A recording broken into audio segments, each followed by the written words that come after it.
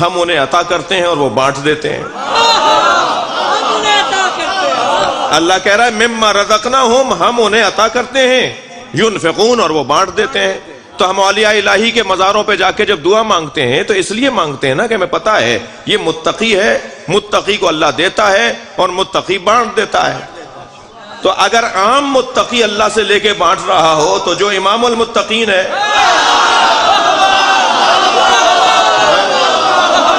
اس سے مانگنا شرک کیسے ہو جائے گا؟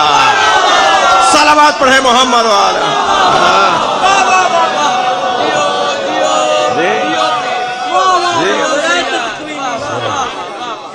مولا علی سے مانگنا بدعت کیسے ہے؟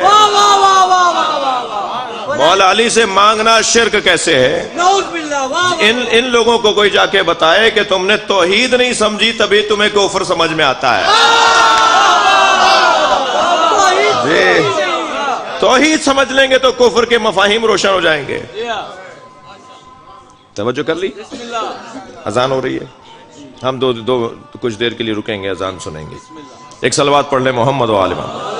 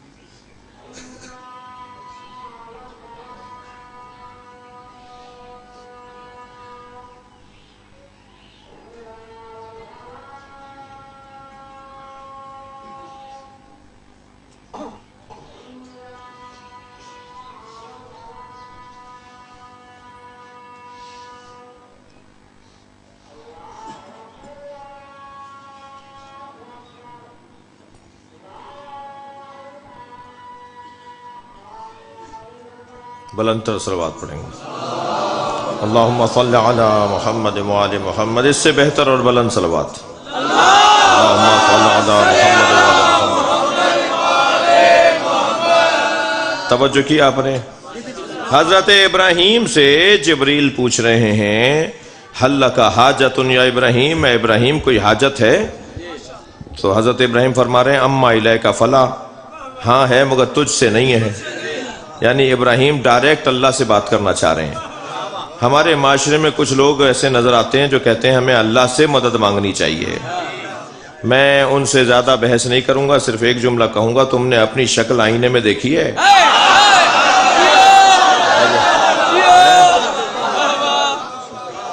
جی تم اپنے آپ کو جانتے ہو کہ بغیر وسیلے کے، بغیر توسط کے تم ڈائریکٹ اللہ سے مانگنا چاہتے ہو؟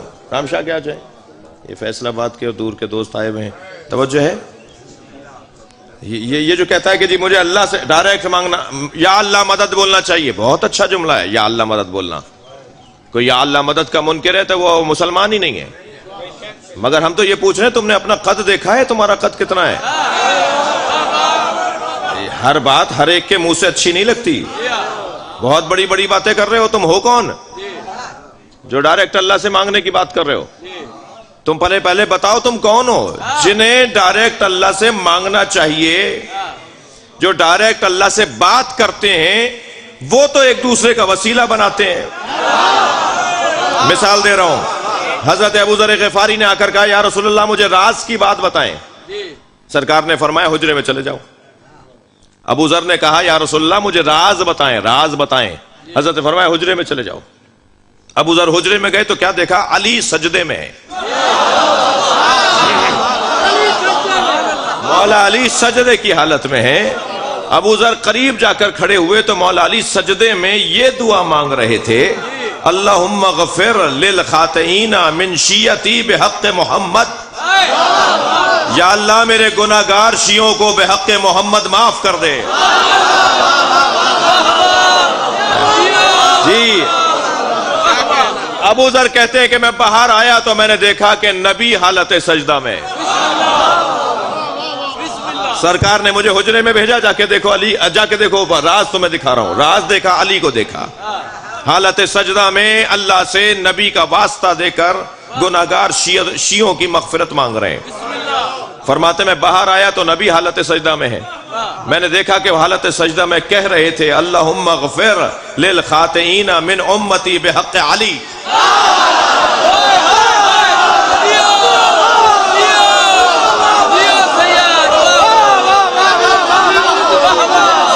صلوات پڑھیں گے محمد و آل محمد۔ اللہم صلی علی محمد۔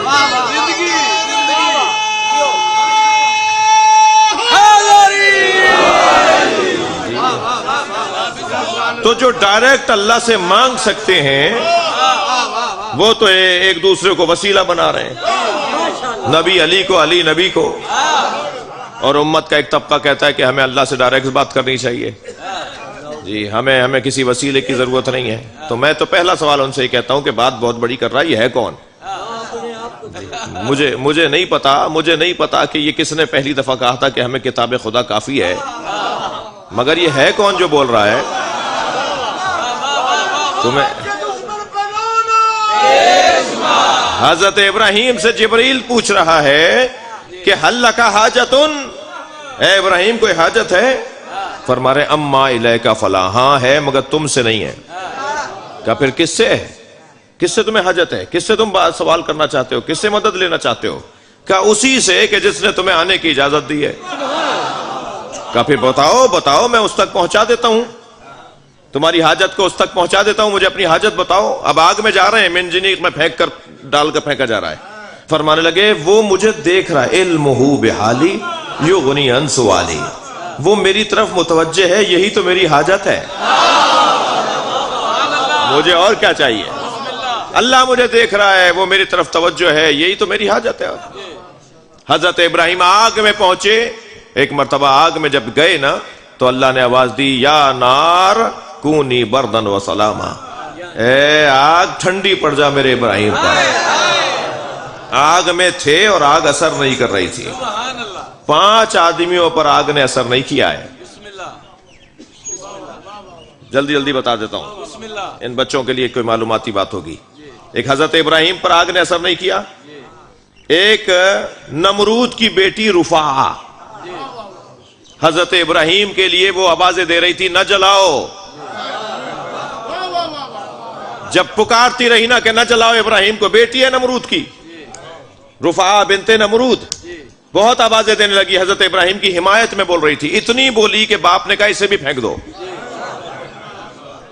بیٹی ہے نمرود کی مگر نبی کی حمایت میں بولی، اور اگر نبی کی حمایت میں کوئی دشمن کی بیٹی بھی بولے تو آگ میں اثر نہیں کرتا ہے۔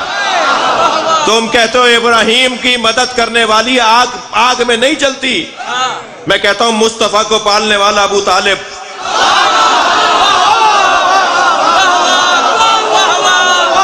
اللہ اکبر، دوسرا وجود جو آگ جس پر اثر نہیں کی، جس نے آگ نے جلایا نہیں اسے، وہ ہے رفاعہ بنت نمرود۔ تیسرا نام سناؤں آپ کو، وہ ہے جناب ہارون مکی۔ سہل خراسانی نے آ کر میرے معصوم سے کہا، مولا سے کہا کہ خراسان آپ کے شیعوں سے بھرا ہوا ہے، ظالم کے خلاف قیام فرمائیں۔ حضرت نے فرمایا کتنے لوگ ہیں؟ کہا اللہ ہزاروں لوگ ہیں۔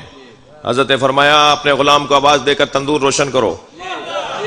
جب تندور روشن ہو گیا، سہل خراسانی سے امام صادق نے فرمایا جاؤ جا کے آگ میں بیٹھ جاؤ، تم تو ہماری خاطر جان دینے کو تیار ہو نا؟ کہنے لگے مولا بتا کر نہیں آیا تھا کہ واپس نہیں آؤں گا۔ حضرت نے فرمایا ٹھیک ہے۔ اتنی عرصے میں جناب ہارون مکی لکڑیوں کا بوجھ گٹھڑ جنگل سے لکڑیاں کاٹ کے امام کے سامنے سے گزرے، دور سے سلام کیا، مولا میرا سلام۔ حضرت نے فرمایا ہارون تندور میں جا کے بیٹھ جاؤ، اور تندور جل رہا ہے، روشن ہے۔ ہارون نے یہ نہیں پوچھا جلوں گا یا مروں گا۔ ایک شیعہ کیسا ہونا چاہیے، ایک چاہنے والا کیسا ہونا چاہیے؟ ہارون نے یہ نہیں کہا کہ جلوں گا یا مروں گا، اس لیے کہ ہارون جانتے ہیں امام کی اطاعت میں زندگی ہے۔ اللہ اکبر۔ لکڑیاں سر سے اتار کے پھینکی، تندور میں جا کر بیٹھ گئے۔ امام نے اپنے غلام سے فرمایا اس کا ڈھکنا بھی رکھ دو، تندور کا ڈھکنا بھی رکھ دیا گیا۔ کچھ دیر کے بعد سہل خراسانی کہنے لگے مولا اس کی تو خبر لیجئے، حضرت فرمایا آؤ ہمارے ساتھ چلو دیکھو کیسی خبر ہے. جب ڈھکنا ہٹایا گیا تو وہ بیٹھے ہوئے تسبیح پڑھ رہے تھے اور آگ جل رہی تھی. یہ ایک اور ہے کہ جس کے اوپر آگ نے اثر نہیں کیا ہے. توجہ کر لیا آپ نے؟ ایک اور سنا دوں. ایک گنہگار میرے مولا کی خدمت میں آ کے کہتا ہے مولا میں نے فلاں بد کام کیا ہے، برا کام کیا ہے. مولا نے فرمایا کسی کو بتاؤ نہیں، خاموش رہو. کہا نہیں مولا مجھے جب تک اطمینان نہیں ہوگا جب تک سزا نہیں ہو جائے گی. ایسے شخص کی سزا یا اس کے اوپر دیوار گرائی جاتی ہے، یا اسے سنسار کیا جاتا ہے، یا اسے جلایا جاتا ہے. کہنے لگا مجھے جلائیں تاکہ زیادہ مجھے تکلیف پہنچے. حضرت نے فرمایا تمہاری تینوں سزاؤں میں ایک سزا تمہیں دی جا سکتی ہے اور وہ مجھے اختیار ہے کہ میں کون سی دوں. حاکم کو اختیار ہے کہ کون سی سزا دے. کہ مولا میری آرزو ہے، میری خواہش ہے کہ مجھے آگ میں جلا دیں، میں بہت بڑا گنہگار ہوں. وہ آگ کی طرف بڑھنے لگا. امام نے دونوں ہاتھوں کو بلند کر کے فرمایا یا اللہ اسے علی کے صدقے معاف کر دے. اللہ اکبر. وہ آگ میں گیا اور آگ نے اس پہ اثر نہیں کیا. حضرت نے فرمایا اللہ نے تجھے آخرت کے عذاب سے بھی بچا دیا اور اللہ نے تجھے دنیا کے عذاب سے بچا دیا. میں ان بچوں اور جوانوں کے لیے ایک جملہ ضرور کہوں گا. ہم خاطی ہیں، گناہگار ہیں، عاصی ہیں، ہم سے کچھ نہ کچھ غلطیاں ہوتی رہتی ہیں، مگر غلطی کرنے کے بعد احساس کر لیا جائے اور اپنے مولا کی بارگاہ میں آ جائیں. یہ اگر معاف کر دیں گے تو پھر اللہ معاف کر دے گا. اور جن کے پاس علم موجود ہو وہ کسی صحرا میں جا کے کیوں بھٹک رہے ہیں؟ مولا عباس کے علم کا پھریرا پکڑ لیں اور اللہ کو واسطہ دیں مولا عباس کی وفاداری کا. بڑے بڑے گناہوں کو اللہ معاف کر دے گا مولا عباس کے صدقے میں. یہ تو مولا عباس کی بات کر رہا ہوں. مولا علی کا مقام عباس کے بابا ہیں. عباس مولا کے بھی بابا ہیں. میرے 7ویں امام اپنے ایک چاہنے والے کو گلی میں آتے ہوئے دیکھتے ہیں. وہ جو چاہنے والا آ رہا ہے شراب پی کر آ رہا ہے، آدھی بچی ہوئی بوتل بھی ہاتھ میں. سامنے امام، گلی بھی تنگ ہے کہ کہیں جا بھی نہیں سکتا. پہلے کوشش کی کہ واپس ہو جاؤں، مگر دیکھ لیا کہ امام نے دیکھ لیا ہے. جیسے ہی امام قریب پہنچے تو بوتل پیچھے کر لی. حضرت نے فرمایا کیا ہے تمہارے ہاتھ میں؟ کہنے لگا مولا سرکہ ہے. فرمایا میرے ہاتھ پہ ڈالو. اب کیسے ڈالے امام کے ہاتھ پہ شراب؟ جی مولا نے فرمایا میرے ہاتھ پہ ڈالو. اب لو لگائی اللہ سے، یا اللہ رسوا ہو جاؤں گا، مجھے معاف کر دے. جب اندر سے تار جڑا نا فوراً امام کی آواز آئی وہ شراب نہیں ہے سرکہ ہے. اور وہ امام کے کہنے پہ سرکہ ہو گئی. پھر امام نے فرمایا خبردار گناہ بھی کرو تو ہمیں چھوڑ کر نہیں جاؤ، ہم سے آ کر بات کرو، ہم سے آ کے کہو مولا غلطی ہو گئی. یہ اس پاور کے لوگ ہیں. پروردگار عالم نے انہیں باب الحاجت بنایا ہے. توجہ کر لیا آپ نے؟ حضرت ابراہیم آگ میں گئے مگر آگ گلے گلزار ہو گئی، آگ نے ان کو جلایا نہیں. تیسری قربانی بیٹے کے گلے پہ چھری رکھ دی. جی چھری چلتی رہی مگر گلا نہیں کٹ رہا. پٹی کھول کے دیکھا تو چھری الٹی تھی. پھر سیدھا رکھ کے چلایا، پھر پٹی باندھ کے چلانے لگے تو پھر چھری کاٹ نہیں رہی. تیز دھار چھری تھی مگر کاٹ نہیں رہی تھی. پھر اس سے بات کرنے لگے میں تو تجھے سیدھا رکھتا ہوں تو الٹی کیوں ہو جاتی ہے؟ تو چھری بولی، چاقو بولا. بہت سارے لوگوں کو بہت ساری باتیں سمجھ میں نہیں آتی. میں ایک جگہ بول رہا تھا کہ مولا علی سے ذوالفقار باتیں کرتی تھی تو ایک صاحب کہنے لگے مولانا جدید دور ہے، کیسی کیسی باتیں آپ ممبروں پہ کر رہے ہیں؟ جی جدید باتیں کریں، سائنس سے مطابق باتیں کریں، یا آپ پرانی باتیں، کیسے ہو سکتا ہے کہ لوہا بولے؟ میں نے کہا تمہارا قصور نہیں ہے. جس معاشرے میں انسان کی بولی نہ سمجھتا ہو وہاں تم ذوالفقار کی کیا سمجھو گے؟ میں نے کہا تمہارا قصور نہیں ہے، تم اس وادی کے نہیں ہو، تم نے اس گھڑے سے پانی نہیں پیا جس سے ہم پیتے ہیں. حضرت ابراہیم نے چھری سے کہا میں تو تجھے سیدھا رکھتا ہوں تو الٹی کیوں جاتی ہے؟ تو چھری بولی کہ الخلیل امرنی والجلیل نہانی، مجھے خلیل امر کرتا ہے اور جلیل روک دیتا ہے. اللہ اکبر. فرمایا حضرت ابراہیم یا اللہ کیا میری قربانی قبول نہیں ہے؟ فرمایا نہیں ہے ابراہیم تمہاری قربانی قبول ہو گئی مگر ہمیں تمہارا اسماعیل نہیں چاہیے. اب آپ نے غور فرمایا تین چیزیں اللہ نے حضرت ابراہیم سے مانگی اور واپس کر دی. مال، جان، اولاد. ابراہیم اور پھر کہلائے ابراہیم عاشقوں میں سب سے بڑے عاشق. جو کمال عشق پر ہو اس کی قربانی کو اللہ کہتا ہے وَفَدَيْنَاهُ بِذِبْحٍ عَظِيمٍ. ہم تمہاری قربانی کو ایک بڑی قربانی پر مؤخر کر رہے ہیں. جسے علامہ اقبال کہتے ہیں اللہ اللہ بائے بسم اللہ پدر، مانیے ذبح عظیم آمد پسر. اقبال کہتے ہیں جو قرآن میں ذبح عظیم کا لفظ ہے نا، بڑی قربانی، وہ حسین کی قربانی ہے. اور ابراہیم علیہ السلام سے ہی لی ہے اللہ نے وہ قربانی، کیونکہ ابراہیم ہی کے اولاد ہیں حضرت امام حسین، تقاضۂ بشری کے تحت. توجہ کیا آپ نے؟ وہاں ابراہیم سے کچھ نہیں لیا، یہاں حسین سے سب کچھ لے لیا. اولاد لے لی، جان لے لی، مال لے لیا.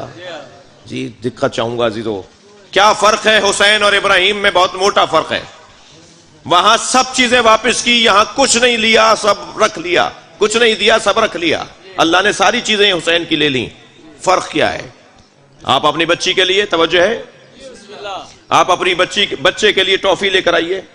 آپ اپنے پوتے، بھائی، بھتیجے، چھوٹے بچے کے لیے ٹافی لے کر آئیے. اس کو ٹافی دے کر کہیے بیٹا مجھے دے دو. جی وہ اگر ٹافی دے دے گا تو بہت بڑی بات ہے، ورنہ بچے معمولاً دیتے نہیں ہیں. اور اگر اس نے دے دی، بہت بڑا بچہ ہوا اگر اس نے آپ کو ٹافی دے دی اور آپ نے وہ کھا لی، تو آپ کی دی ہوئی ٹافی آپ واپس لے کر کھا لیں گے تو سارا معاشرہ مذمت کرے گا. بچے کی ٹافی کھا گئے، بھائی ہم ہی لائے تھے، پر دی کیوں تھی، واپس کیوں لے لی، سب مذمت کریں گے. توجہ ہے؟ حضرت ابراہیم کو اللہ نے جو کچھ دیا وہ لے لیا، نہیں لیا. کیوں؟ جیسے آپ بچے کو ٹافی دے کر واپس نہیں لیتے. یہی بچہ جب 40 سال کا ہوگا، یا آپ کو کپڑے لا کر دے گا، لے لیں گے، یا آپ کو گاڑی لا کے دے گا، لے لیں گے، یا آپ کو دوائیاں لا کے دے گا، آپ لے لیں گے. 40 سال پہلے اس سے ٹافی نہیں لی، 40 سال کے بعد اس سے سب کچھ لے رہے ہیں، سب کچھ لے رہے ہیں آپ. یہی فرق ہے ابراہیم اور حسین میں. ابراہیم، جملہ ہدیہ کر رہا ہوں، ابراہیم بندگی کا بچپنا ہے، حسین بندگی کی جوانی ہے.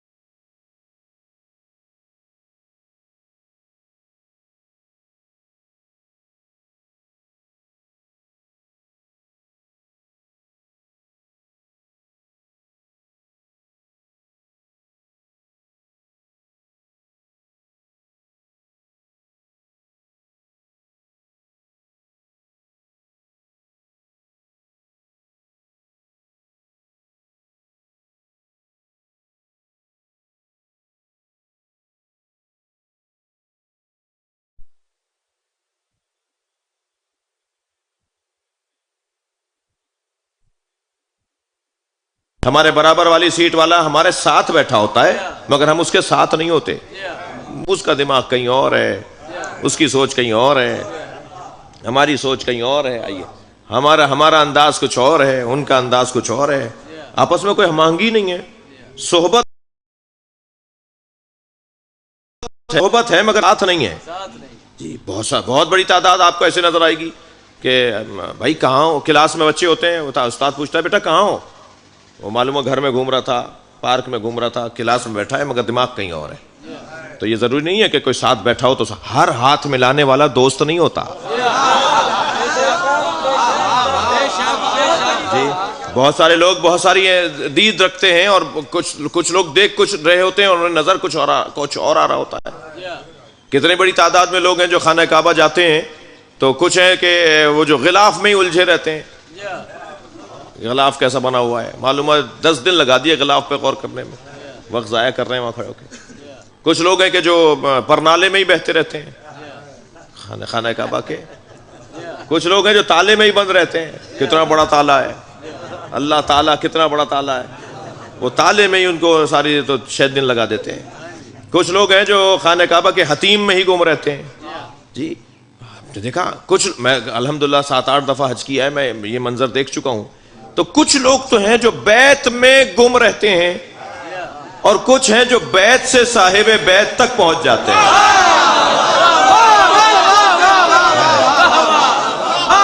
اب یہ دونوں برابر نہیں ہیں, یہ دونوں ایک جیسے نہیں ہیں. اچھا قرآن بھی پکار کے کہہ رہا ہے ینظرون الیک وہم لا یبصرون, اے میرے حبیب آپ نے دیکھا نہیں, یہ آپ کو دیکھتے ہیں اور دیکھتے نہیں ہیں. ینظرون وہم لا یبصرون, یہ آپ کو دیکھتے ہیں, لا یبصرون مگر نہیں دیکھتے. تو دیکھ رہے ہیں مگر نہیں دیکھتے. ہر ایک نبی کو علی کی طرح نہیں دیکھتا تھا, ہر ایک کی دید ہی مختلف ہے, سب برابر کی نگاہیں نہیں رکھتے. کچھ ہیں جو چشمے سر سے دیکھتے ہیں, کچھ ہیں جو چشمے جان سے دیکھتے ہیں. چشمے جان سے دیکھنے والوں کی تو نگاہ ہی کچھ اور ہوتی ہے نا. تو یہ سب برابر نہیں ہے. ساتھ بیٹھنے والے, ساتھ دیکھنے والے. ایک مجلس میں ایک صاحب ہمیں بہت غور سے دیکھ رہے تھے, ٹک ٹکی باندھ کے ہمیں دیکھ رہے تھے. ہمیں لگا جی ان سے زیادہ سمجھدار کوئی نہیں ہے, ساری مجلس سب سے زیادہ یہی سمجھ رہے ہیں. برابر والے کی کوہنی لگی تو گر پڑے. میں نے بعد میں پوچھا جی ماجرا کیا تھا, کہنے لگے یہ آنکھیں کھول کے سو جاتے ہیں. تو ضروری تو نہیں ہے کہ کوئی دیکھ رہا ہو تو دیکھ بھی رہا ہو. صلوات پڑھ لیں ذرا محمد و آل محمد.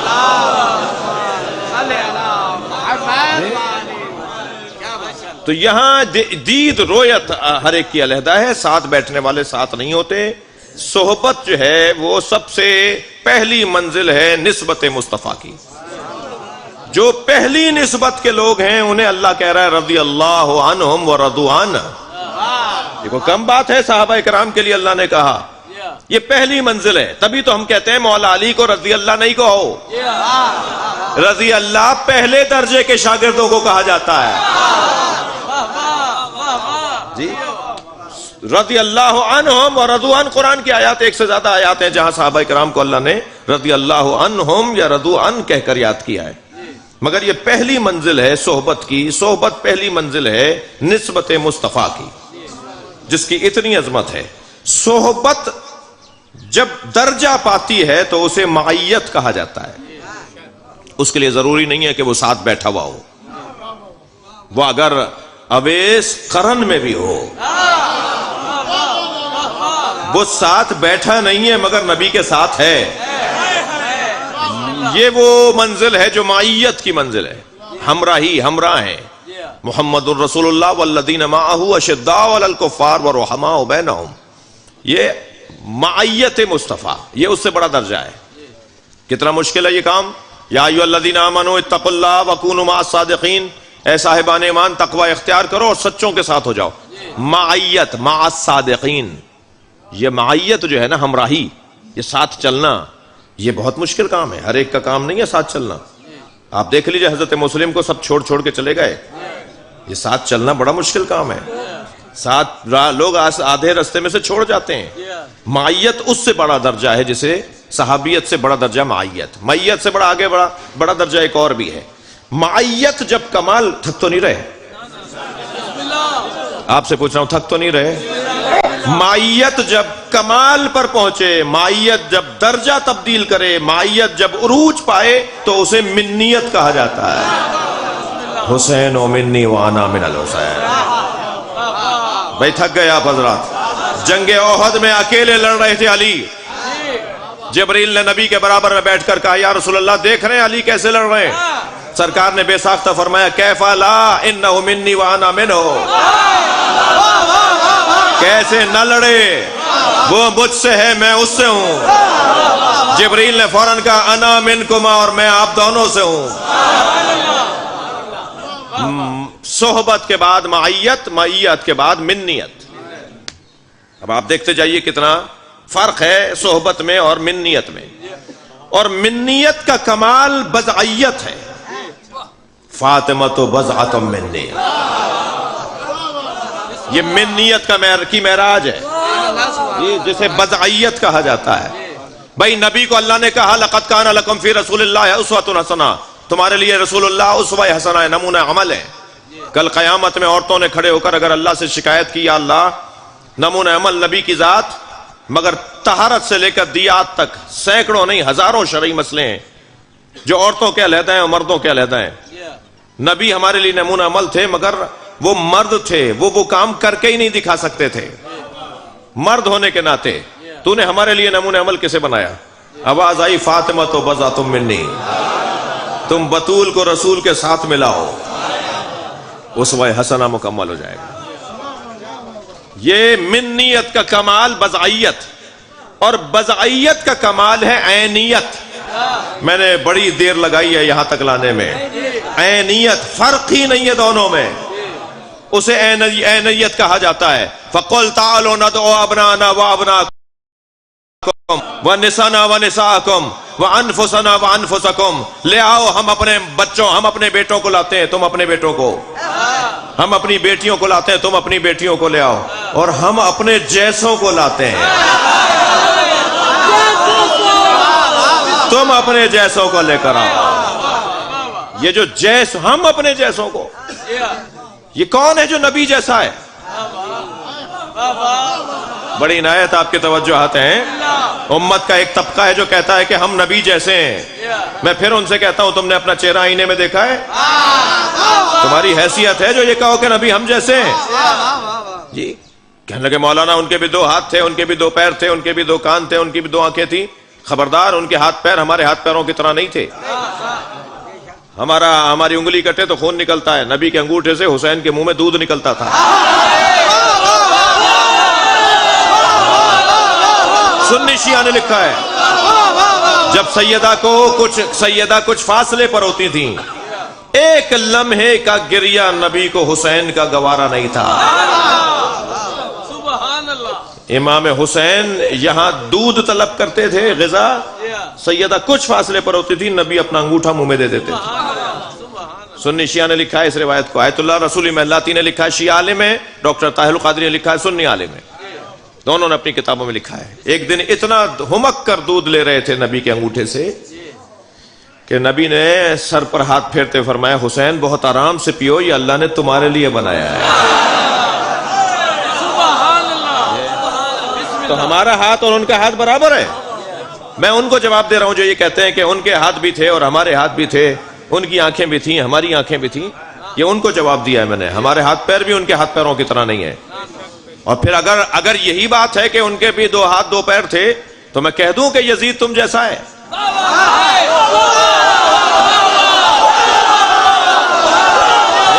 نمرود تم جیسا ہے، شمر تم جیسا ہے. میں نے ایک صاحب کو کہا شمر تم جیسا ہے، ناراض ہو گئے، کہنے لگے مولانا آپ میری توہین کر رہے ہیں.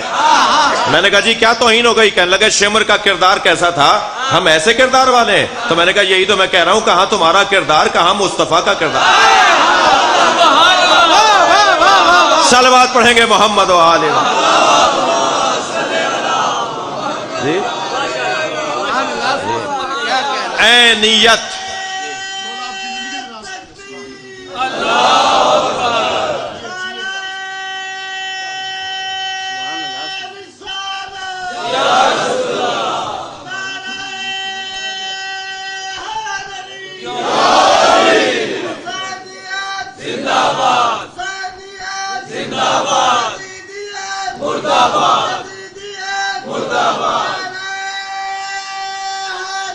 یار اچھا مجھے اندازہ ہوا پنڈی بھٹیا میں کوئی نعرہ بھی لگاتا ہے. ایک صلوات پڑھ لیں ذرا نبی کے ذات. اللہم صل علی محمد و محمد. میں بھی چاہ رہا ہوں جلدی جلدی بہت ساری باتیں ہو جائیں. آپ بھی چاہ رہے ہیں کہ یہ زیادہ سے زیادہ یہی بولیں، ہم نہ بولیں. ایک صلوات اور پڑھ لیں. اللہم صل علی محمد و آل محمد. میں پھر ترتیب دے رہا ہوں. صحبت، صحابیت. نبی مکرم نے آخری حیات کے زمانہ، زندگی کا آخری زمانہ تھا. حضرت وصال فرمانا چاہتے تھے، حضرت پردہ فرمانا چاہتے تھے. حضرت فرمایا کوئی ہے جس کا حق میری گردن پر ہو؟ تو سب نے کہا یا رسول اللہ ہمارا آپ کی گردن پہ کیا حق ہوگا، آپ کا ہماری گردن پہ حق ہے. تو ایک صحابی کھڑا ہو گیا، کہنے لگا کہ جی آپ کی گردن پہ میرا حق ہے۔ حضرت نے فرمایا کیا ہے، لے لو، مانگو۔ کہنے لگا آپ اپنے ناقے کو چابک مار رہے تھے، تازیانہ مار رہے تھے، وہ مجھے لگ گیا۔ پہلی بات تو یہ کہ یہ بیان ہی غلط ہے، ہم نبی کو معصوم مانتے ہیں، اور معصوم اسے کہتے ہیں کہ جس سے غلطی نہ ہوتی ہے۔ بے شک بے شک۔ یہ کیا بات ہوئی کہ مار وہاں رہے تھے لگ تو میں گیا؟ جی ہاتھیوں کے لشکر کو گرانے کے لیے ابابیل کا لشکر آیا تھا نا جی۔ قرآن کہہ رہا ہے وَأَرْسَلَ عَلَيْهِمْ طَيْرًا أَبَابِيلَ، ہم نے اصحاب فیل پر لشکر بھیجا ابابیل کا۔ وہ کنکر چھوڑتا تھا نا تو کبھی خطا نہیں جاتا تھا، کنکر ہاتھی پہ جا کے لگتا تھا، کوئی ایک کنکر بھی اس کا غلط جا کے نہیں لگا، زمین پر خطا نہیں گیا، ہاتھیوں پہ جا کے لگتا تھا، اس لیے کہ بھیجا ہوا پرندہ ہے۔ بھائی بھیجا ہوا پرندہ بھی ہو تو غلطی نہیں کرتا، یہ بھیجا ہوا رسول کیسے خطا کرے گا؟ وَأَرْسَلَ عَلَيْهِمْ، اب یہاں پر کہہ رہے ہیں جی آپ انہیں مار رہے تھے مجھے لگ گیا، آپ ناقے کو مار رہے تھے، آپ اونٹنی کو مار رہے تھے مجھے لگ گیا۔ حضرت چاہتے تو صاف انکار کر دیتے، جھٹلا دیتے، تم جھوٹ بول رہے ہو، لیکن یہ خلق مصطفیٰ ہے، کیونکہ اس کا جھوٹ بھی مجھ سے متعلق ہے تو میں اسے شرمندہ نہیں کروں گا۔ یہ ہے اخلاق مصطفیٰ۔ فرمایا مار لو مجھے۔ تازیہ نے اٹھایا، ادھر صحابہ کرام ایک مرتبہ جزبز ہونے لگے، ان من ہونے لگی، دل کی دھڑکنیں بڑھنے لگیں۔ حضرت نے فرمایا خبردار کوئی کچھ نہ کہے، اسے کرنے دو جو کرنا چاہتا ہے۔ قریب آ کے کہنے لگا اس وقت میں نے قمیص نہیں پہنی ہوئی تھی۔ حضرت نے اپنی قمیص لوٹ دی، فرمایا مار لو۔ آیا پیچھے اور نو مہر نبوت کا بوسہ دیا، اور کہنے لگا کون سا تازیانہ، کیسا تازیانہ، مجھے تو مہر نبوت کا بوسہ دینا تھا۔ بھائی جملہ سن لے میرا آپ، اس کا ہدف بڑا پاک تھا مگر وسیلہ ناپاک تھا۔ ہدف پاک ہو تو وسیلہ بھی پاک ہو۔ ہدف یہ تھا کہ نبی کا احترام کرے، وسیلہ جھوٹ بولنے کا تھا۔ جھوٹ بول کر یعنی ناپاک وسیلے سے پاک ہدف تک نہیں جا سکتے۔ ہم بھی تو یہ کہہ رہے ہیں کہ پاک وسیلے کو مانو، پاک وسیلے کے دروازے پر آؤ گے تو پاک ہدف تک پہنچ سکو گے۔ بوسہ لے کر کہنے لگا کیسا تازیانہ، کیسا چابک، کیسا مارنا، کیسا لگنا، میں تو مہر نبوت کا بوسہ دینا چاہ رہا تھا۔ عزیزان گرامی ایک محنت کا جملہ جو آپ کو ہدیہ کر رہا ہوں، کمال صحابیت یہ ہے، کمال صحابیت یہ ہے کہ مہر نبوت کی زیارت کر لے، اور کمال معیت اور عینیت یہ ہے کہ دوش نبی پہ سوار ہو جائے۔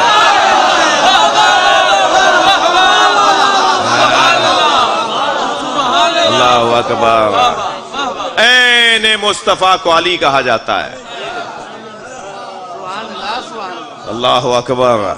عزیزان گرامی میرے مولا علی عین مصطفیٰ ہیں۔ انا و علی ابا و حاضل امہ، میں اور علی اس امت کے دو باپ ہیں۔ تھکے تو نہیں ہیں؟ میں اور علی اس امت کے دو باپ ہیں۔ یا رسول اللہ دو باپ کی نسبت تو مانوس نہیں ہے، معمولاً دو باپ نہیں کہا جاتا جی۔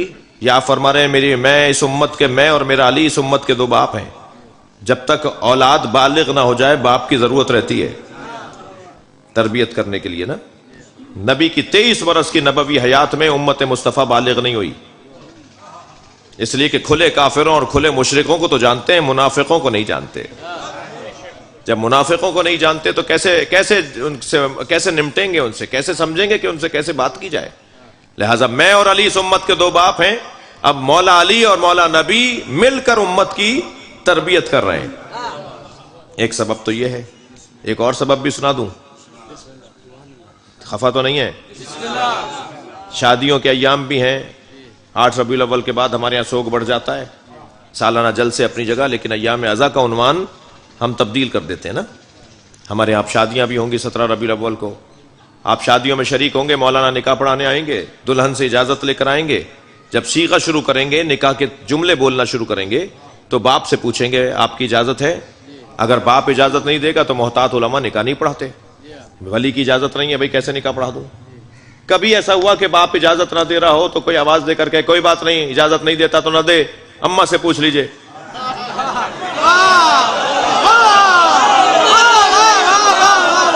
بھائی اماں کی تعظیم ضروری ہے مگر اماں ولی نہیں ہے.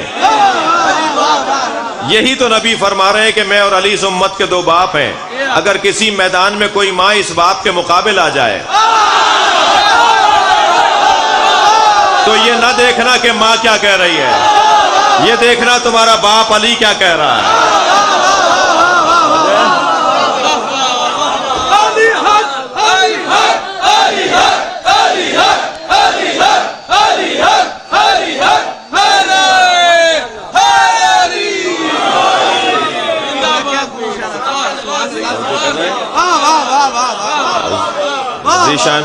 ذیشان بھٹی صاحب کے امام بارگاہ میں 2 گھڑیاں لگ رہی ہیں اور شاید تیسری بھی لگ رہی ہے مگر تینوں کے سیل نہیں ہیں، تو شاید انہوں نے جان بوجھ کے نکالے ہیں. میں یہی صلوات پڑھ لیں ذرا محمد اللہم صلی علی محمد. ایک صلوات اور نبی کی ذات کا اللہم صلی علی. بہت شکریہ. یہ دن میں تو آج آپ کی زیارت ہو رہی ہے ورنہ میں پنڈی بھٹیاں ہمیشہ رات میں ہی آیا ہوں اور رات میں آنا بہت اچھی بات نہیں ہے. ایک صلوات اور پڑھیں محمد والا اللہم صلی علی محمد وآل محمد وآل. بھائی اس سے بہتر صلوات ہدیہ کریں.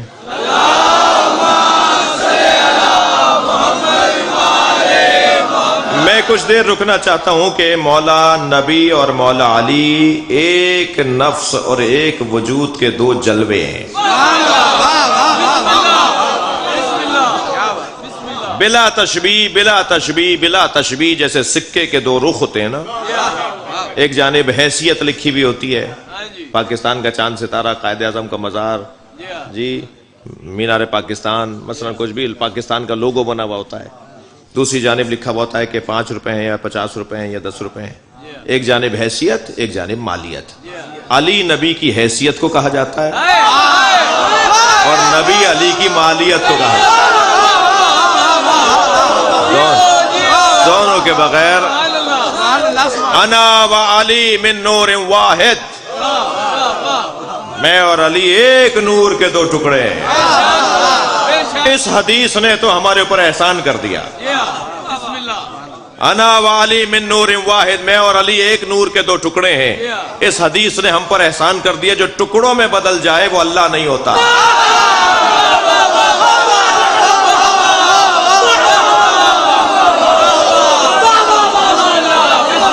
ہم مولا علی کو اللہ کا ولی مانتے ہیں. کر رہے ہیں ماشاء اللہ.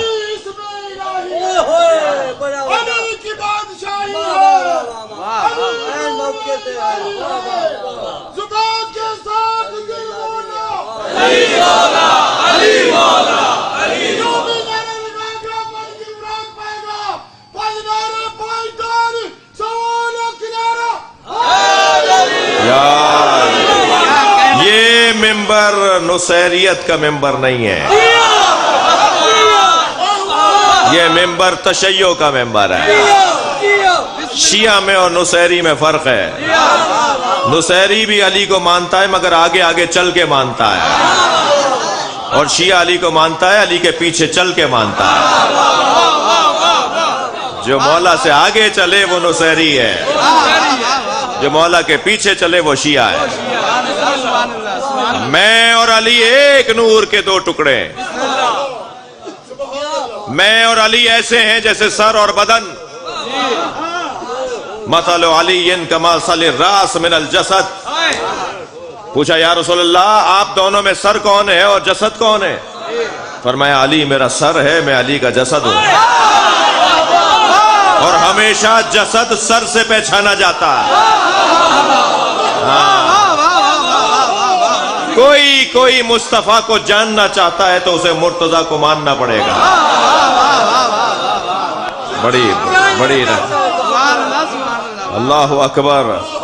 میرے مولا علی مولا نبی فرماتے ہیں جب وحی نازل ہوتی تھی سرکار پر تو میں سنتا تھا.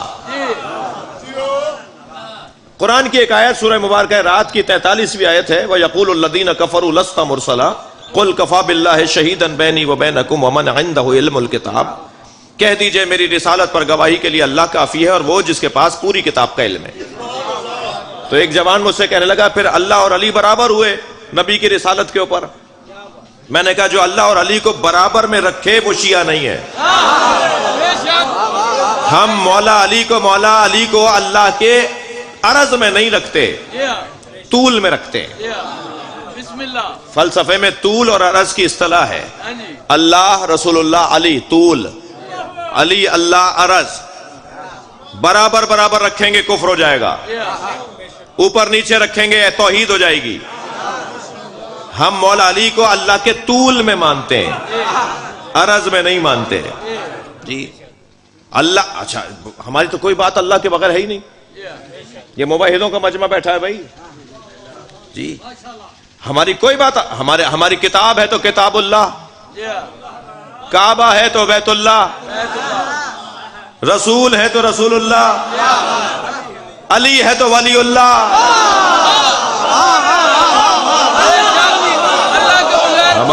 ہمارے ہر کام میں اللہ کی بات ہے، ہمارے ہر نعرے میں اللہ کی بات ہے۔ کون کہتا ہے ہمیں کوئی اللہ نہ سمجھائے؟ وہ ہمیں اللہ سمجھائیں گے جو ٹانگوں والا اللہ مانتے ہیں؟ نہیں، ہمارا اللہ جسم و جسمانیت سے مبرہ ہے، زمین اور آسمان پر حاوی ہے اور کائنات پر وہ حاوی ہے، کوئی ایک جگہ نہیں ہے جہاں اللہ نہ ہو۔ البتہ اور بات ہے کہ بعض اوقات مسجدوں میں اللہ نہیں ملتا، مسلوں پر اللہ نہیں ملتا جی۔ مسجدیں تقسیم ہو گئی ہیں، بریلویوں کی ہے، یہ دیوبندیوں کی ہے، سلفیوں کی ہے، یہ حنفیوں کی ہے، یہ شیعوں کی ہے، یہ سنیوں کی ہے، اللہ کی کون سی ہے؟ ہم نے مسلکوں میں مسجدوں کو مار دیا جی۔ الحمدللہ میں ایک چھوٹا سا نوکر ہوں آپ سب کا، تو کچھ لوگوں کو برا لگ رہا ہے، جنہیں برا لگ رہا ہے وہ میرے مارنے کی باتیں کر رہے ہیں، سوشل میڈیا پہ شور مچایا ہوا ہے، تو میں تو ویسے ہی شہادت کو ڈھونڈ رہا ہوں، تو جی اسے مار دو اور یہ بچے گا نہیں، اب یہ نہیں ہوگا، اور جگہ جگہ کوششیں ہو رہی ہیں کہ صاحب کچھ نہ کچھ کام ہو جائے، ٹھیک ہے۔ تو ہم گئے ہوئے تھے ابھی پچھلے دنوں شیخو پورا، لاہور میں اول وقت میں نماز نہیں پڑھ سکا، جیسے ابھی نہیں پڑھ رہا، کچھ دیر بعد پڑھوں گا، تو ظہر کا وقت میرا مؤخر ہو گیا، ہم لاہور سے نکل گئے اور شیخو پورا پہنچے تو 4 بج رہے تھے۔ میں نے کہا جی مجھے نماز پڑھنی ہے، ظہرین میری مؤخر ہو رہی ہے۔ انہوں نے کہا جی امام بارگاہ جا رہے ہیں، مسجد جا رہے ہیں، وہاں پڑھ لیجیے گا جہاں مجلس ہے۔ میں نے کہا وہاں مجمع ہوگا، وہاں مجھے کہاں نماز پڑھنے کا موقع ملے گا، کہیں بھی مسجد نظر آئے روکو۔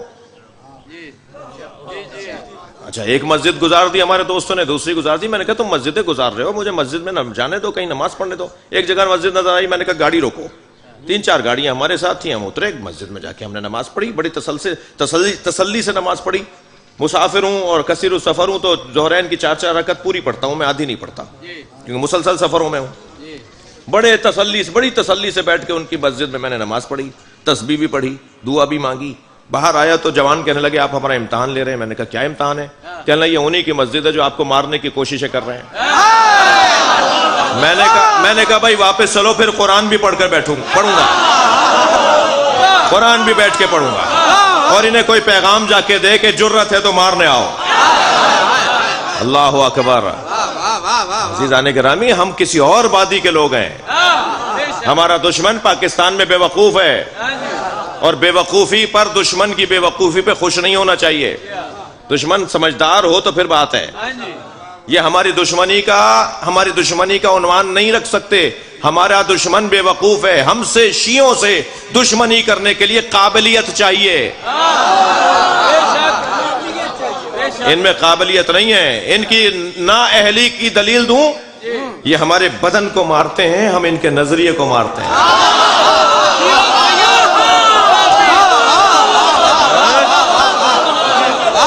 جملہ محسوس کریں عزیزان گرامی، اتنا بے وقوف ہے ہمارا دشمن، وہ ہمیں مار کر مسترب ہے، ہم مر کے مطمئن ہیں۔ پھر دوبارہ سے سر اٹھانے لگے ہیں، لیکن الحمدللہ میں تو کہہ رہا ہوں کہ آؤ، کہاں تم میں جرت ہے، تمہارے بڑوں میں جرت نہیں رہی۔ میرے مولا علی کی تلوار دیکھ کر ان کا بڑا کپڑے اتارنے لگا۔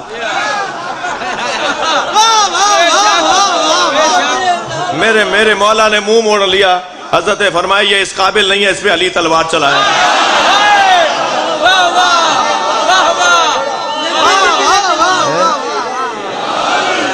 توجہ کی.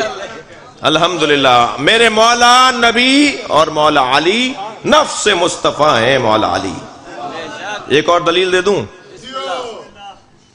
یا ایھا النبی قاتل المشرکین والکافرین قاتل الکفار والمشرکین ولا تکلف الا نفسک. اے میرے حبیب، اے میرے نبی، مشرکوں اور کافروں کو قتل کیجئے اور یہ کام نہ دیجئے کسی کو مگر اپنے جیسے کو. کوئی ایک آدمی بتائیے جو نبی نے میدان میں اتر کے قتل کیا ہو. اس لیے کہ نبی تلوار ہی نہیں اٹھاتے تھے اور حکم الہی یہ ہے کہ کافروں کو ماریے. تو نبی نے تو کافر نہیں مارے.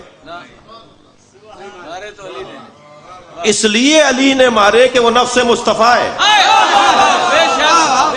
نبی نہیں مارے. میں دلیل دے رہا ہوں، نبی نہیں مارے ہیں. علی کا مارنا نبی کا مارنا ہے. تبھی تو نفس مصطفیٰ بنیں گے، تب تو عین مصطفیٰ بنیں گے. یہ دو ہیں ہی نہیں. حضرت سعد ابن ابی وقاص تھک نہیں رہے نا، آپ ذرا تسلی دیں.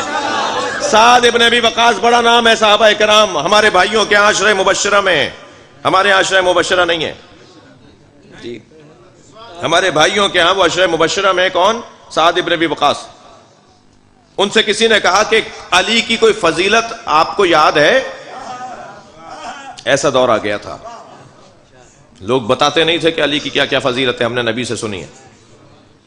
حضرت انس ابن مالک سے پوچھا غدیر میں کہاں تھے آپ؟ کہنے لگے ممبر کے ساتھ کھڑا تھا. کہ نبی نے من کنت مولا فہد علی مولا بولا تھا؟ کہنے لگے میرے بچے زیادہ ہیں، میرے مسائل بڑے پیچیدہ ہیں، مجھے زندہ رہنا ہے. ارے بھائی بتاؤ. حضرت ابو ہریرہ سے پوچھا کہاں تھے غدیر میں؟ کہا میں وہیں کہیں تھا. کہا مولا علی کا مولا کہا علی کو مولا بنایا غدیر میں، اعلان ولایت کیا علی کا؟ کہنے لگے انا للہ و انا الیہ راجعون. مجھے زندہ رہنا ہے بھائی. بہت مشکل تھا علی کے فضائل پڑھنا. دو آدمی کھڑے ہو کے علی کی بات نہیں کرتے تھے، آپ ہزاروں میں کر رہے ہیں. گردنیں کاٹی جاتی تھیں، لوگوں کو محروم کیا جاتا تھا زندگیوں سے. اتنا مشکل تھا مولا علی کی بات کرنا. یہ دور. حضرت سعد ابن ابی وقاص سے کہا کسی نے کہ کوئی علی کی فضیلت یاد ہے؟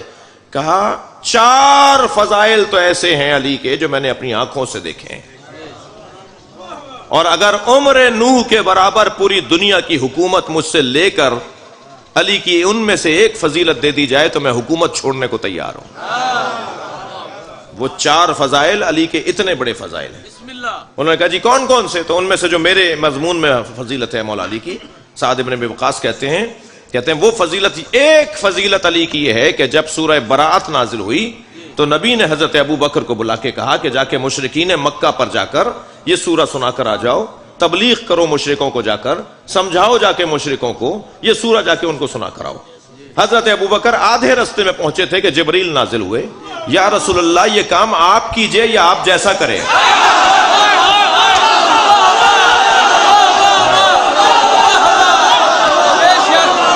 فوراً میرے مولا نبی نے آواز دی علی کہاں ہے؟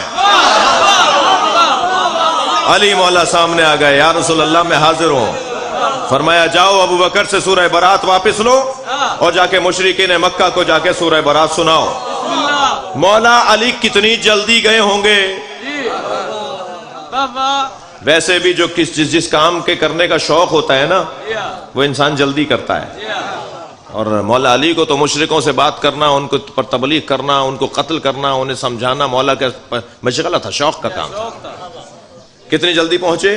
مکہ پہنچنے سے پہلے، حضرت ابو بکر کے مکہ پہنچنے سے پہلے مولا علی پہنچ گئے اور جا کر کہا کہ ایسے ایسے وحی نازل ہوئی ہے، جبریل نازل ہوئے ہیں اور سرکار کو حکم ہوا ہے کہ کام وہ خود کریں یا ان جیسا کریں، تو انہوں نے مجھے اپنے جیسے کی جگہ بھیجا ہے. یہ سورہ مجھے دے دیجئے، یہ امانت مجھے دیجئے، میں جا کر سناؤں گا مشرکین مکہ کو. توجہ کر لیا آپ نے؟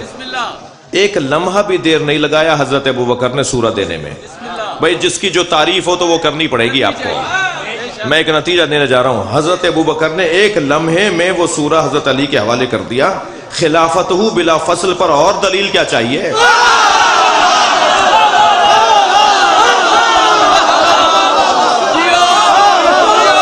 صلوات پڑھیں گے محمد و آل محمد. جی چمل چمل کلی کلی علی علی چمل چمل کلی کلی علی علی نگر نگر گلی گلی علی علی نگر نگر گلی گلی علی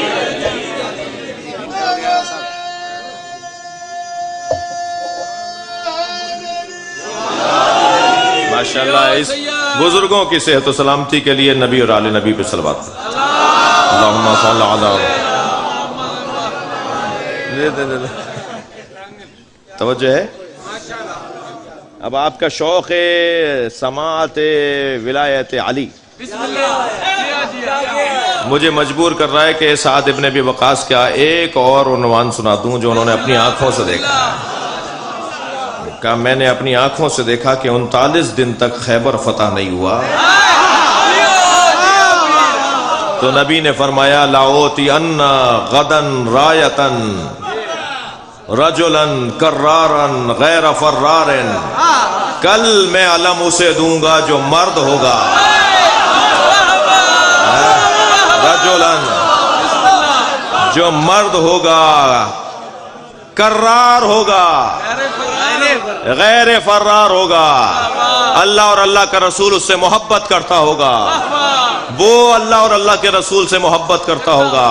میں کل علم اسے دوں گا. علی میدان میں نہیں تھے، تبھی تو ساری رات انتظار ہوتا رہا کہ مجھے ملے گا.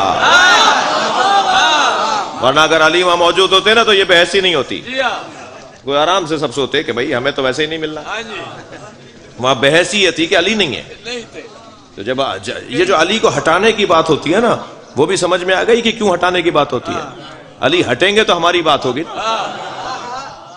تو وہ جو ہے علی نہیں تھے، میرے مولا میدان میں نہیں تھے. دوسرے دن سرکار نے فرمایا ناد علی مدہر لاجائے. فوراً پہنچے میرے مولا. آشوب چشم نبی نے لعاب دہن مولا علی کی آنکھوں پہ لگایا. آنکھوں کو شفا ملی. جی علم پکڑا دیا. اب یہاں کرار کے اوپر میں ایک جملہ کہہ کر آگے بڑھوں گا. کرار کسے کہتے ہیں؟ سامنے کا ترجمہ تو یہ ہے کہ جو میدان میں مارتا ہوا آگے جائے اور ایک لمحے میں پلٹ کر واپس آ جائے، اور ایک لمحے میں میمنہ چلا جائے اور ایک لمحے میں میسرہ آ جائے. جو پلٹ کر حملہ کرے اسے کرار کہا جاتا ہے. جی ایک کام یہاں سے کر کے ہم آگے چلے گئے، وہ کہتے ہیں یہاں سے نکل گئے، پیچھے کا کام پیچھے رہ گیا.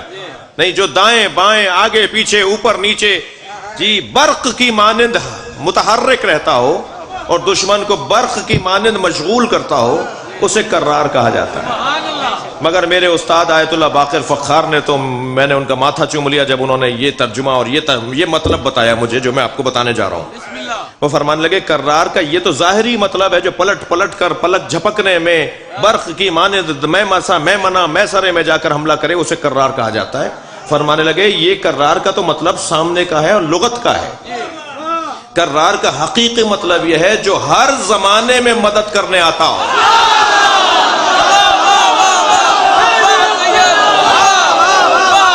جو حضرت آدم کی مدد کرنے آیا ہو وہ کرار ہے.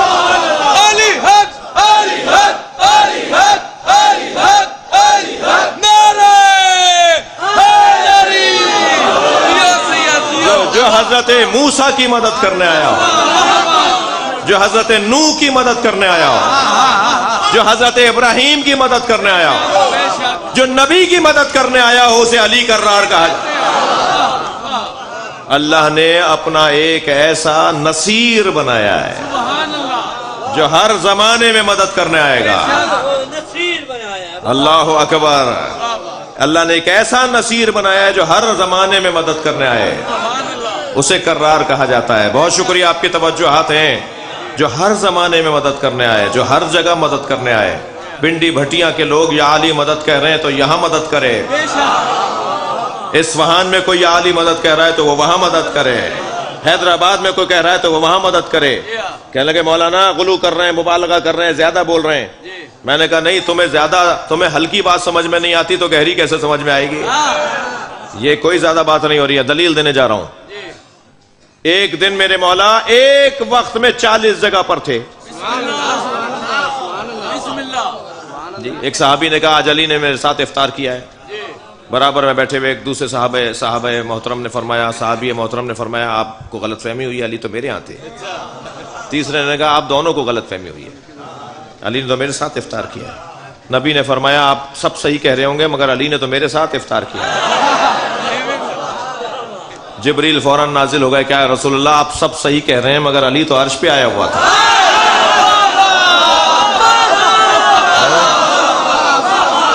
تو میں نے یہ روایت ایک جگہ سنائی، بسم اللہ، یہ بات میں نے ایک جگہ سنائی تو ایک صاحب مجلس کے بعد مجھے پکڑ کے کھڑے ہو گئے، ہاتھ پکڑ کے کہنے لگے مولانا بات وہ کریں جو سمجھ میں آئے۔ اچھا یہ ہماری مشکل نہیں ہے، تمہاری مشکل ہے۔ اگر کسی کو سمجھ میں نہیں آ رہا تو یہ مشکل تو اس کی ہے نا، تو میری کیا مشکل ہے اس میں؟ کہنا نہیں مولانا بات وہ کریں، ممبر سے کر رہے ہیں، آپ ذمہ دار آدمی ہیں، آپ کو دنیا جانتی ہے فلاں فلاں، آپ کو تو ایسی بات کرنی چاہیے جو مضبوط ہو۔ میں نے کہا جی مضبوط بات تھی۔ کہ کیسے ممکن ہو سکتا ہے کہ کوئی ایک وجود ایک جسم میں ہو، جسمانیت میں ہو، اور وہ ایک وقت میں 40 جگہ آ جائے؟ تو میں نے کہا یہ بتائیے کہ دنیا میں ایک وقت میں لاکھوں انسان مرتے ہیں یا نہیں مرتے؟ کہنے لگے ہاں مرتے ہیں۔ میں نے کہا اسے مارتا کون ہے؟ ملک الموت۔ تو ملک الموت ایک وقت میں لاکھوں جگہ چلا جاتا ہے، تو ملک الموت پر جو حاکم ہے وہ علی۔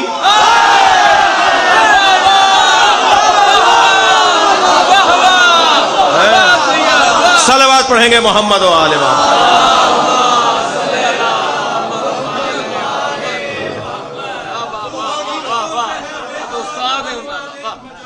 ماشاءاللہ۔ تو حقیقتوں سے ہے بے خبر، نہ علی کو دیکھ مجاز میں، یہ وہ راز حق ہے جو نہ آ سکے تیرے وہم و شعبدہ باز میں۔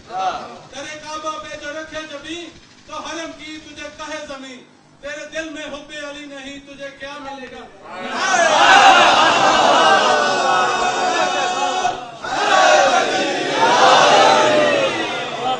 عینیت، نبی مکرم اور مولا علی عین ایک وجود ہے۔ میں بات روشن ہوگی۔ کہا میں نے جب وحی نازل ہوتی تھی تو میں نے آواز سنی، ایک دن وحی نازل ہو رہی تھی تو میں نے رونے کی آواز سنی۔ سمیت رنتن حین نزل الوحی، مولا علی کا جملہ نہج البلاغہ میں۔ میں نے وحی نازل ہوتے ہوئے ایک دن رونے کی آواز سنی۔ میں نے پوچھا یا رسول اللہ ما ہاتہ الرنہ، یہ کون رو رہا ہے؟ فرمایا ھذا الشیطان، یہ شیطان رو رہا ہے۔ جب مجھ پر وحی نازل ہوتی ہے تو شیطان روتا ہے۔ یہ جملہ کہہ کر نبی نے جو جملہ فرمایا وہ نہج البلاغہ میں مولا علی کی زبان سے جاری ہوا ہے۔ حضرت فرماتے ہیں یا علی انت تسمع ما اسمع، یا علی تم وہی سنتے ہو جو میں سنتا ہوں، وَتَرَى مَا أَرَى، تم وہی دیکھتے ہو جو میں دیکھتا ہوں، إِلَّا أَنَّكَ لَسْتَ بِنَبِيٍّ، فرق یہ ہے تم میرے بعد نبی نہیں ہو۔ نبوت ختم ہو جاتی ہے سرکار کے اوپر۔ میں اپنے بیان کو منزل دے رہا ہوں عزیزان گرامی، ہم محمد الرسول اللہ کے بعد علی ولی اللہ پڑھ کر آنے والے کسی بھی نبی کا دروازہ بند کر دیتے ہیں۔ بے شک اب کوئی نبی آنے والا نہیں ہے، نبی خاتم سرکار کی ذات ہے اور ولیوں کا ولی علی کی ذات ہے۔ یہ عینیت کے درجے میں عین مصطفیٰ مولا علی کی ذات ہے۔ اب یہ صحبت سے لے کر معیت، معیت سے منیت، منیت سے بزغیت، بزغیت سے عینیت، یہ فاصلہ ہے جی۔ اور مولا علی کی وہ ذات ہے جو صحبت تو پہلا درجہ ہے جو کہ خود مشکل کام ہے۔ علی عین مصطفیٰ ہے۔ ایک عالم دین نے ٹی وی چینل پر کہہ دیا کہ علی تمام انبیاء سے افضل ہیں، تو راول پنڈی میں FIR کٹ گئی۔ بات انہوں نے کراچی اسٹوڈیو میں کہی تھی۔ ہم سے پوچھنے لگے مولانا شام کو بلایا جا رہا ہے، میں کیا جواب دوں؟ میں نے کہا جی یہ جواب جا کے دیجیے گا، پہلے حدیث سنائیے گا انہیں۔ کیا سرکار نے ارشاد نہیں فرمایا علماء امتی افضل من انبیاء بنی اسرائیل؟ ایک مولانا صاحب سے میں نے کہا، وہ کہنے لگے ہاں یہ حدیث صحیح ہے۔ میں نے کہا جی اس حدیث کا مصداق کون ہے؟ تو سرکار نے اپنی ریش مبارک پر ہاتھ پھیرتے ہوئے کپڑے اپنے سیدھے کرتے ہوئے کہا کہ ہم امت مصطفیٰ کے مفتیان دین اور علماء جو ہیں وہی انبیاء سے افضل ہیں۔ میں نے کہا آپ انبیاء سے افضل ہو جائیں تو کچھ بھی نہیں، اور میں کہہ رہا ہوں کہ مولا علی انبیاء سے افضل ہے، تو اس میں توہین انبیاء کہاں ہے؟ بھائی حضرت عیسیٰ امام زمانہ کے پیچھے نماز پڑھیں گے تو کیا مطلب ہے حضرت عیسیٰ کی توہین ہوگی؟ میں اس وقت اوپر بیٹھا ہوں، آپ نیچے بیٹھے ہیں، تو کیا کوئی آپ کی توہین ہو رہی ہے؟ یہ کیسے کہہ رہے ہیں بھائی کہ مولا علی اگر انبیاء سے افضل ہے تو انبیاء کی توہین ہے؟ یہ تو انبیاء کا کمال ہے کہ علی کے ساتھ تولا جا رہا ہے۔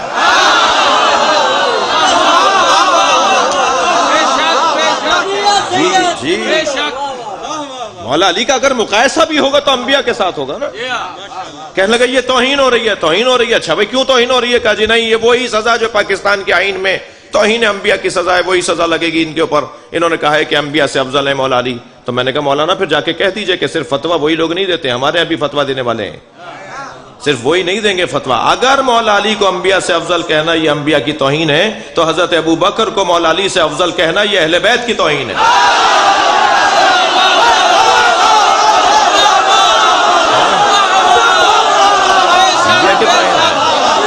پھر ہم بھی ایف آئی آر کٹوائیں گے, صلوات پڑھیں گے محمد و آل محمد.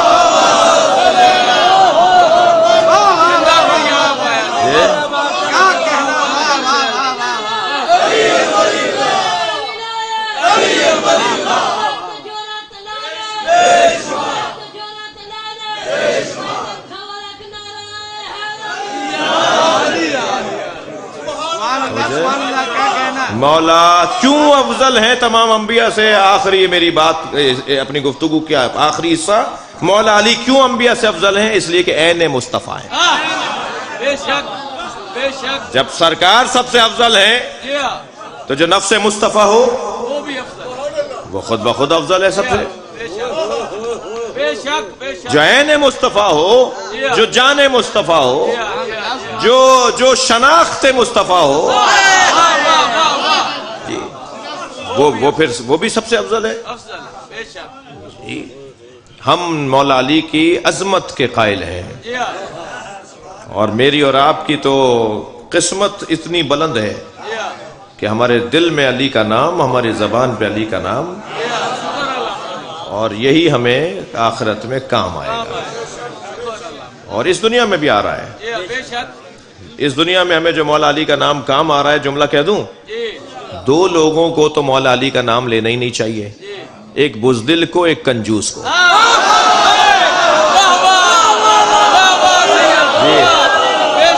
علی کے نام کا جو مجھے اثر مل رہا ہے, مولا علی کے نام کا جو آپ کو نتیجہ مل رہا ہے, وہ ہے سخاوت اور شجاعت. ہو ہی نہیں سکتا, ہو ہی نہیں سکتا کہ کوئی کنجوس ہو اور وہ علی کا نام لے, یا علی کا نام لینے والے کو کنجوس ہونا ہی نہیں ہے. ان سے ایک ڈھیلا نہیں نکلتا, ایک پیسہ نہیں نکلتا دوسرے کی خاطر, اور نعرہ حیدری بڑا اچھا لگاتے ہیں, نہیں لینا چاہیے. ایک صاحب کہنے لگے کہ جی وہ بہت سارے سنی شیعہ ہوئے لیکن کوئی شیعہ سنی نہیں ہوا. میں نے کہا میں نے بہت سارے شیعہ دیکھے جو سنی ہو جاتے ہیں. کہنے لگا آپ نے کہاں دیکھ لیے؟ میں نے کہا ہماری 21ویں گریڈ کے افسران, ہمارے چودھری صاحبان, ہمارے یہ وڈیرے صاحبان, ہمارے پولیٹیشنز, ہمارے یہ بڑے بڑے نامور لوگ جب چاہتے ہیں ہاتھ باندھ لیتے ہیں. تمہیں علی ماننے پہ شرمندگی ہے کیا؟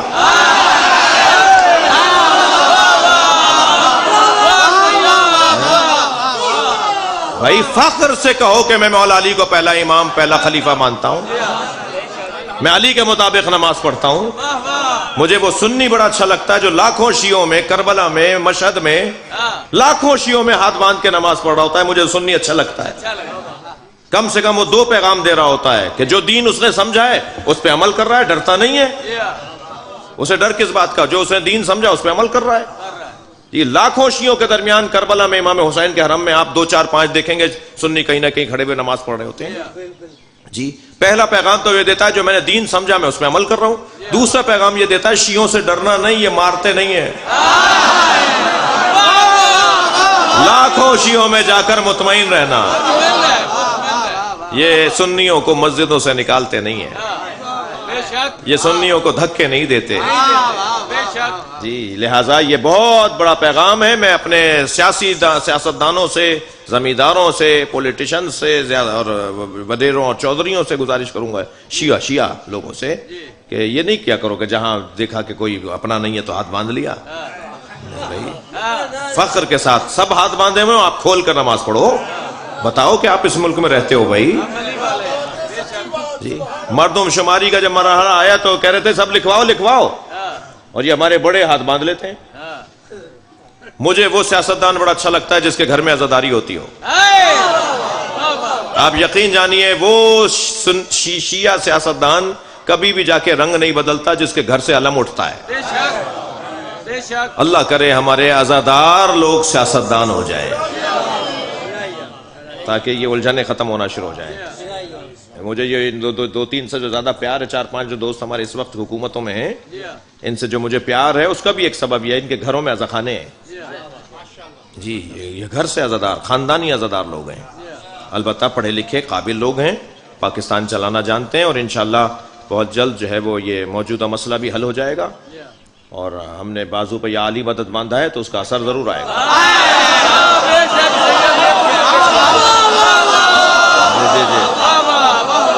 اور ابھی پچھلے دنوں مولا امام رضا کی دعا بھی دے کر آیا ہوں، تو مولا امام رضا کی دعا ان کے ساتھ ہے. انشاءاللہ پاکستان کو مشکلات سے وہ نکالیں گے، پاکستان جو ہے وہ معاشی طور پر بہتر ہوگا، اور جو ہے ہو رہا ہے مسلسل الحمدللہ. تو یہ بہرحال یہ تو ہمارے بڑوں نے ہم پر مہربانی کی، کچھ اس میں مشکل میں بھی ہوں اس نام کی وجہ سے، لیکن اتنا طے ہے کہ پاکستان ہمارا وطن ہے، ہم اس کے بنانے والے ہیں، ہم اس کے بچانے والے ہیں، ہم اس سے محبت کرتے ہیں. ان لوگوں کا پاکستان میں حصہ نہیں ہوگا جنہوں نے پاکستان بننے کی مخالفت کی، ان کا کوئی تعلق نہیں ہے پاکستان سے. لیکن ہم بہرحال وسیع القلب لوگ ہیں، سب کو گلے لگانے والے لوگ ہیں، ہم تو دشمنوں کو بھی شربت پلانے والے لوگ ہیں. لہذا ہمارا تو ہمیں کوئی سمجھ لے تو ڈبل PhD ہو جائے. ہم شیعوں کو اگر کوئی غور کر لے نا تو ہمیں سمجھنے والا بہت کچھ قابل ہو جاتا ہے. الحمدللہ یہ ملک انشاءاللہ بہتری کی طرف ہے، یہ مسئلہ بھی جلدی حل ہو جائے گا. ابھی تو ہم نے مجلسوں میں دعا نہیں کروائی ہے، ورنہ مجلسوں میں اگر روتے ہوئے اور آنسوؤں کے ساتھ دعا کی نا تو پتہ نہیں کہاں سے کہاں قصہ پہنچے گا. ہم نہیں چاہ رہے کہ مجلسوں کو اس کا حصہ بنایا جائے. اتنا ضرور بس کہتا ہوا گزروں گا کہ عزیزو، یہ وطن پاک استان ہے، یعنی پاکستان. پاک استان یہ دو لفظوں کی ترکیب ہے، پاک استان. جی پاکوں کا علاقہ، پاکوں کا علاقہ، طاہروں کا علاقہ. یہ جو صوفیاء کرام ہیں، یہ جو اولیاء الہی کے مزارات ہیں، یہ جو اہل بیت کے آثار ہیں، یہ جو اہل بیت سے محبت کے آثار ہیں، اس کی وجہ سے پاکستان سانس لے رہا ہے، اور انشاءاللہ آئندہ پاکستان پھلے گا پھولے گا. اور بس میں یہ کہہ کر پلٹوں اپنے بیان کی طرف کہ ہم اس گھرانے کی اولویت اور افضلیت کے قائل ہیں. ہمیں سب کا احترام کرنا چاہیے، یعنی کسی کی بھی احترامی نہیں کرنی چاہیے، مگر علی کے برابر کوئی نہیں ہے، اہل بیت کے برابر کوئی نہیں ہے. ان کو اللہ نے مقام اور عظمت عطا کی ہے، اور جس کی عظمت زیادہ ہوتی ہے اس کی مصیبت بھی زیادہ ہوتی ہے. بڑا گہرا رابطہ ہے، بڑا گہرا ربط ہے فضیلتوں کا مصیبتوں کے ساتھ.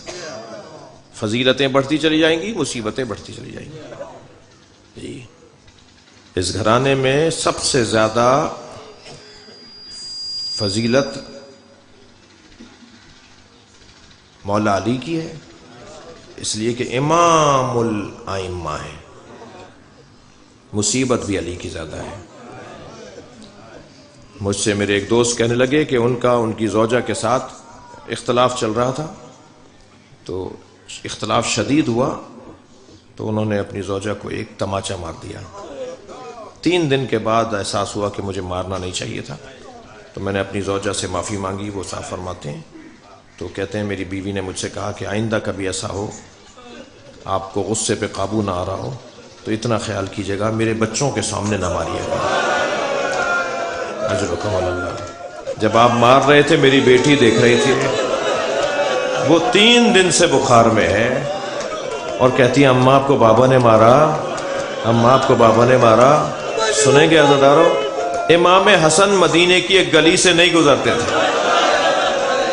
جب اجرکم اللہ، آپ کی آوازیں بلند ہیں. جب وہ گلی آتی تھی نا، امام رستہ بدل دیتے تھے. ایک چاہنے والے نے پوچھا مولا آپ اس گلی سے کیوں نہیں گزرتے؟ فرمانے لگے میں کم سن تھا، اپنی ماں کے ساتھ جا رہا تھا، ایک شخص نے میری ماں زہرا پہ ہاتھ اٹھایا تھا، جب گزرتا ہوں مجھے وہ منظر یاد آ جاتا ہے. اللہ اللہ اللہ اللہ آپ کو اجر و ثواب عطا فرمائے. ذرا چلیے تو صحیح، کربلا میں سکینہ نے بابا کو گھوڑے سے گرتے دیکھا، اجرکم اللہ، اجرکم اللہ۔ میری بیوی زینب نے بھائی کو ذبح ہوتے دیکھا، میری بیوی رباب نے علی اصغر کے گلے پہ تیر دیکھا۔ کیا گزری ہے ان بیویوں کے اوپر۔ یہ قافلہ شام سے رہا ہو کر مدینے واپس جا رہا ہے۔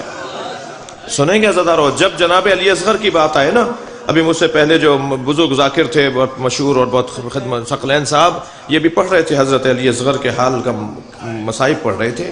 میرا دل کہہ رہا ہے میں اسی سے ربط دے دوں اپنی بات کو، اسی سے ربط دے دوں۔ مجھے نہیں پتا کہ پانی کہاں سے آیا۔ اچھا، ممبر کا ادب مانے ہیں، میں تفصیل میں نہیں جاؤں گا، میں صرف اشارے میں بات کروں گا۔ مجلس میں خواتین بھی بیٹھی ہیں، بچوں کی مائیں بھی بیٹھی ہیں، دودھ پیتے بچوں کے گھر والے بھی یہاں بیٹھے ہیں، جن گھروں میں دودھ پیتے ہوئے بچے ہیں نا، وہ لوگ بھی یہاں بیٹھے ہوئے ہیں۔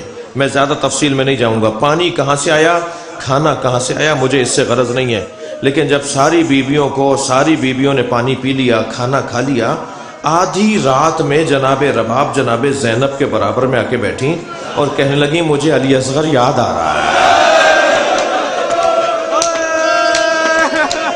میرا بچہ بھوکا مار دیا،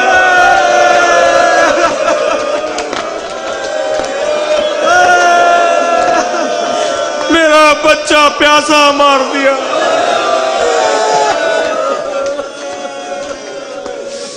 میرے ایک دوست ہندوستان بنارس کے رہنے والے مجھ سے کہہ رہے تھے، روز عاشور ان کے امام بارگاہ سے جلوس نکلتا ہے تعزیے کا، اور وہ کربلا میں جا کے ختم ہوتا ہے، بنارس کی کربلا میں۔ کہنے لگے جلوس نکلا تو ہم اس راستے پہ آگے آگے جا رہے تھے جہاں سے جلوس کو آنا تھا، جہاں جلوس سے گزرنا تھا۔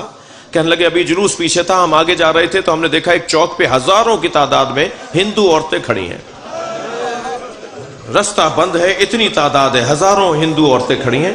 کہنے لگے جب قریب گئے تو ایک اور چیز محسوس ہوئی کہ ہر گود میں دودھ پیتا ہوا بچہ ہے۔ کہنے لگے جب برابر سے ہم گزرے تو ایک عورت کی آواز آئی، کہنے لگی بھائی مسلمان لگتے ہو؟ مولانا نے کہا ہاں مسلمان ہے۔ کہنے لگی بتاؤ بابا حسین کا جلوس کب آئے گا؟ مولانا نے کہا تمہیں بابا حسین کے جلوس کا انتظار کیوں ہے؟ کہنے لگی تمہیں نہیں پتا آج عاشور کا دن ہے، آج حسین کا بچہ بھوکا مارا گیا تھا، ہم اپنے بچوں کو آج دودھ نہیں پلاتے جب تک تعزیہ دفنا نہ دیا جائے۔ کوئی پوچھے جناب رباب سے۔ اجرکم اللہ، اجرکم اللہ، اجرکم اللہ۔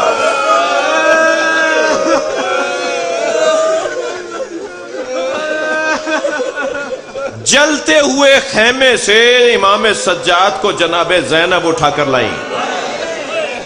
راوی کہتا ہے میں نے دیکھا ایک بی بی ہے جو خیمے کی چوب سے، خیمہ جل رہا ہے، جلتے ہوئی چوب سے ٹکراتی ہے، پیچھے ہٹتی ہے، پھر دوسری طرف سے اندر جانا چاہتی ہے، وہاں آگ روکتی ہے تو دوسری طرف سے آ کے اندر جانا چاہتی ہے۔ وہ کہنے لگا میں یہ سمجھا کہ کسی نے اس کے سر پہ چوٹ ماری ہے، خیمے لٹ رہے تھے، خیمے چل رہے تھے۔ وہ راوی کہتا ہے میں یہ سمجھا کسی نے اس کے سر پہ چوٹ ماری ہے جس کی وجہ سے اس کی آنکھوں کا نور چلا گیا ہے۔ راوی کہتا ہے میں دوڑتا ہوا آیا اور میں نے کہا بی بی تمہیں نظر نہیں آ رہا آگے آگ جل رہی ہے؟ تو اس بی بی نے مجھے مڑ کر دیکھا اور کہا یا شیخ انا لنا علیل، اس خیمے میں ہمارا ایک بیمار ہے جو اپنے پیروں سے چل کر نہیں آ سکتا، میں اپنے بھتیجے کو لانا چاہتی ہوں۔ وہ بی بی جلتے ہوئے خیمے میں چلی گئی، اپنی پشت پر امام سجاد کو اٹھا کر لائی۔ آپ رو رہے ہیں نا زدارو، جلتے ہوئے خیمے سے امام سجاد کو لانا کتنا مشکل تھا، اس سے زیادہ مشکل تھا قبر سکینہ سے بی بی رباب کو اٹھانا۔ جناب رباب کو لے کر آتے تھے، بی بی پھر چلی جاتی، جناب رباب کو اٹھا کر لاتے تھے، بی بی پھر چلی جاتی۔ جناب زینب نے کہا بھابھی قافلہ جا رہا ہے چلیے۔ فرمانے لگی زینب میرا مدینے میں کون ہے، میرا والی کربلا میں، میری بچی اکیلی ہے۔ جب محمل پر لا کر بٹھایا بی بی رباب کو، بڑا مشکل بیان ہے، قافلہ چلنے لگا، شام کے دیہات کی عورتوں نے آوازیں دینا شروع کی، یا زینب الوداع، الوداع یا زینب۔ جناب زینب نے محمل کا پردہ ہٹایا، ہزاروں کی تعداد میں شام کی عورتوں کو دیکھا، فرمایا مجھ زینب پر ایک احسان کرو گی؟ اے شام کی عورتوں مجھ زینب پر ایک احسان کرو گی؟ ساری عورتوں نے کہا بی بی حکم کریں گی۔ میری بی بی نے قبر سکینہ کا اشارہ کر کے کہا ہماری سکینہ کو اکیلا نہ چھوڑنا، اللہ آپ کو جناب سکینہ کی قبر کی زیارت کا شرف عطا کرے. جب آپ جائیں نا تو زری سے قبر کو ضرور دیکھیے گا. آج بھی شام کے دیہات کی عورتیں کھلونے لا کے ڈالتی ہیں, گڑیا لا کے ڈالتی ہیں, اور ایک مرثیہ پڑھتی ہیں تمہاری پھپھی سے وعدہ کیا تھا. سکینہ کی قبر پہ آتے رہے. اللہ لعنت اللہ اللہ قوم الظالمین.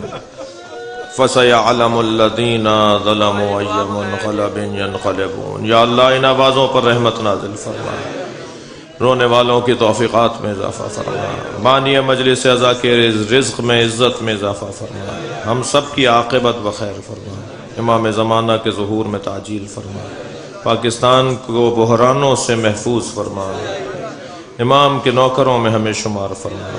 ربنا آتنا فی الدنیا حسنۃ وفی الآخرۃ حسنۃ وقنا عذاب النار. یا حسین بے اولادوں کی